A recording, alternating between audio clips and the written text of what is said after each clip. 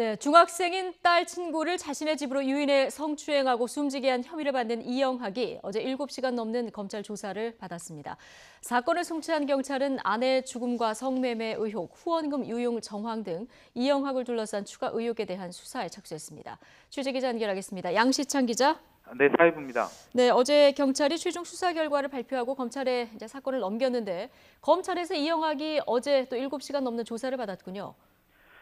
네, 서울 북부지검은 어제 강제추행, 살인 등의 혐의를 받는 이영학에 대해 오후 2시부터 7시간이 넘는 조사를 벌였습니다. 사건을 오전에 송치받아 곧바로 조사에 임한 건데요. 조사를 마친 뒤 이영학은 다소 지친 표정으로 취재진 앞에 모습을 드러냈습니다. 이영학의 말을 들어보시겠습니다.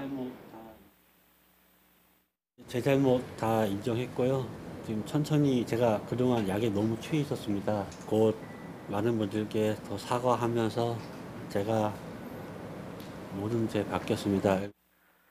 이영학은 한 달 전 숨진 아내에 대해서도 또 한 차례 말을 했습니다. 앞서 검찰로 송치되기 전 아내의 죽음에 대해 진실을 밝혀달라고 했는데 이번에는 아내가 자신을 사랑한다는 걸 증명하기 위해 스스로 목숨을 버렸다, 이런 취지로 설명했는데요. 이 발언도 들어보시겠습니다. 제 아내의 죽음도 관심 가져주시기 바랍니다. 제 아내는 저를 사랑한다고 그걸 증명하려고 자살을 했고요. 앞서 경찰은 이영학이 자신의 성적 욕구를 해결하려고 치밀하게 범행을 준비했다고 밝혔습니다.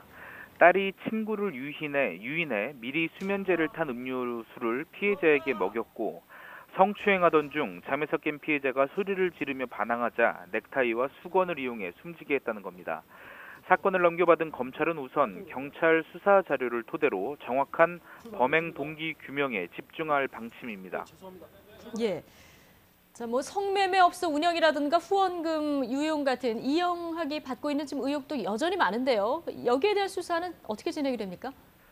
네, 말씀하신 대로 살인과 강제추행 등의 혐의 말고도 이영학에게 제기되는 의혹은 한두 가지가 아닙니다. 크게 아내 자살과 이영학의 성매매 알선, 또 기부금 유용까지 세 가지로 나눠볼 수가 있는데요. 서울 중랑경찰서는 YTN과의 통화에서 이영학에 대한 구속 시한 등 시간이 별로 없는 점을 고려해 의혹별로 경찰서 각과에 동시에 배분해 한꺼번에 수사를 진행할 계획이라고 밝혔습니다. 우선 지난달 5일 집에서 투신해 숨진 아내 최모 씨의 죽음이 의문입니다. 아내의 생명이 위급한 상황에 구급차에 동행하지도 않은 채 침착하게 어디론가 전화하는 이영학의 모습이 드러났고 시신에서는 폭행 흔적도 발견이 됐습니다. 이 때문에 경찰은 이영학이 아내의 자살을 사실상 방조한 것이 아닌지 의심하고 있습니다. 아내가 강원도 영월에 사는 이영학의 의붓아버지로부터 성폭행을 당했다는 고소사건도 관심입니다. 이 사건은 강원도 영월경찰서 담당인데요. 검찰이 세 차례나 의붓아버지에 대한 구속영장을 기각한 상황입니다. 최 씨 죽음과 어떤 연관이 있는지 밝히기 위한 철저한 수사 필요성이 제기되고 있습니다. 경찰은 또 앞서 성매매 알선과 후원금 유용 등에 대한 수사도 돌입했습니다. 경찰은 이미 이영학 주거지 압수수색을 통해 성매매 알선 정황을 발견했다고 밝히기도 했습니다.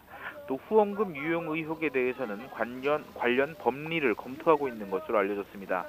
여기에 실종 신고 늑장 대처 논란에 대해서도 자체 감사에 착수했다, 이렇게 알려왔습니다.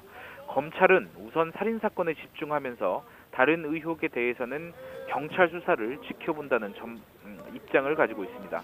지금까지 사회부에서 YTN 양시창입니다.